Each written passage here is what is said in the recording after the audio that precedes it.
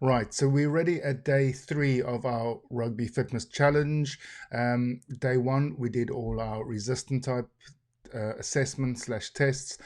Yesterday we did a little cardio test, and then we did 2 little drills just to get you going. So today we're just going to slow it down a little bit. We're just going to do some core and mobility training.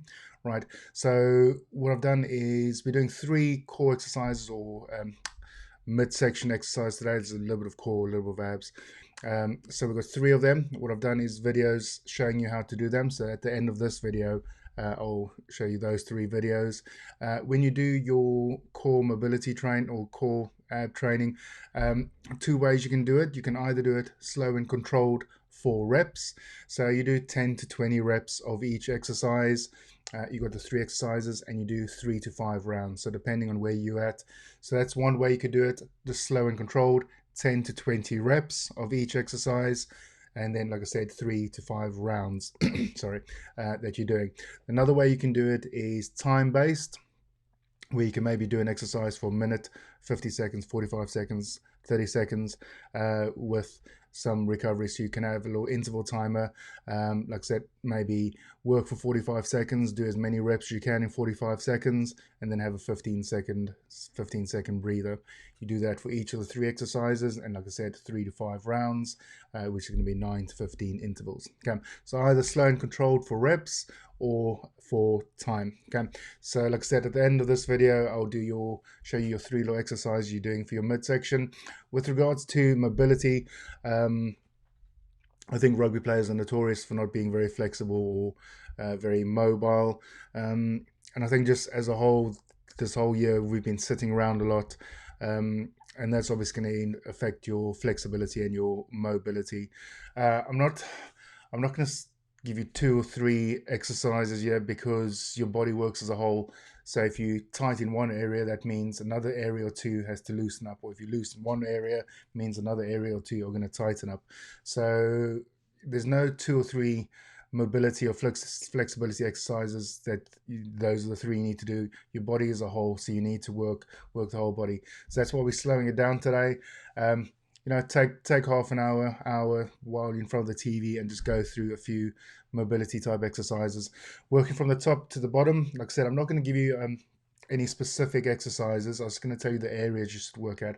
I can't give you a specific exercise for each area because everyone's different. Okay, so I might be tight in this area and you not. Okay, lever length, longer arms, longer legs. Okay, is going to affect the impact of the stretch, the joint integrity itself, the joint size, any previous injuries. So one stretch might feel really good for me, but you might not feel it at all, or you might not even be able to get into the position to do the stretch.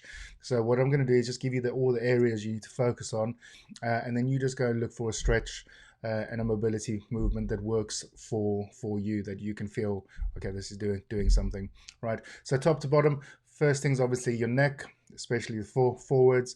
So any form of exercise where you're going to be doing a little rotational work, a little bit of stretching. Also, another good exercise, because a lot of us have that forward position with the neck. Yeah, and that's got to do with the spine and everything. So like I said, your body works as a whole. So one of the things you can do for your neck is stand up against a wall and just make a little double chins. You just pushing the chin back. Like I said, go to YouTube and go and find these things and get proper explanations for all of them. Right, so your neck, okay, that's the first thing you're going to concentrate on. Shoulders, okay, lots of shoulder injuries in rugby. So find yourself a nice little mobility exercise you can work the shoulders. Right, upper back, another region where we're really tight. So it is working upper back mobility, your thoracic spine, down the lats. Okay, another area for rugby players. Lower back, okay, another area. And then we also want to be working your hip flexors, your adductors, your glutes, your quads, your calves, and then your ankle mobility. So like I said, your body as a whole, you need to do all of them. And like I said, I would find exercises, and like I said, just work it from the top to the bottom. So neck, shoulders, thoracic spine, your upper back, lats, lower back, hip flexors, adductors, glutes, quads, calves, and ankles. Okay, so like I said, just make it easy for yourself. Work top to bottom, and get your whole whole body involved. Right. So I think that's it. Like I said, core and mobility today. Your core exercises, either 10 to 20 reps, okay, of each of the 3 exercises, and 3 to 5 rounds, or doing it for time. Like I said, work it for a minute. So you're either working 50, resting 10, or working 20. Working 40, resting 20. And like I said, just do it either rep based, time based. Do as many reps as you can in whatever a lot of time you give yourself. And then, like I said, just your mobility work, working top to bottom. Find a movement that works for you, okay, that you can feel, okay, it's actually stretching.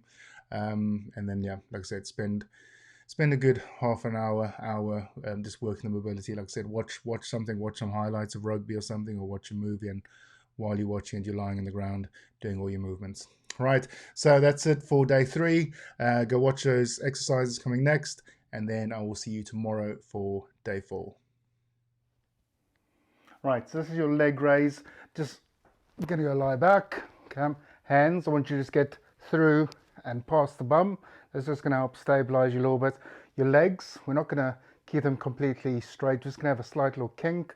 Right, from there, we're just slowly going to bring it up. I want you to try and keep your shoulders off the ground too, so we keep the whole stomach engaged. We're not just lying back and letting the legs work. Okay, and then just slowly back down. Okay, so legs come up at the same time. Upper body just squeeze. You want to get a good squeeze on. Okay, and slowly back down.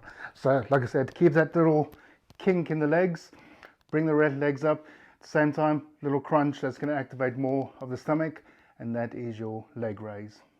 Right, so your toe touches, again, we're just going to be lying back on the ground.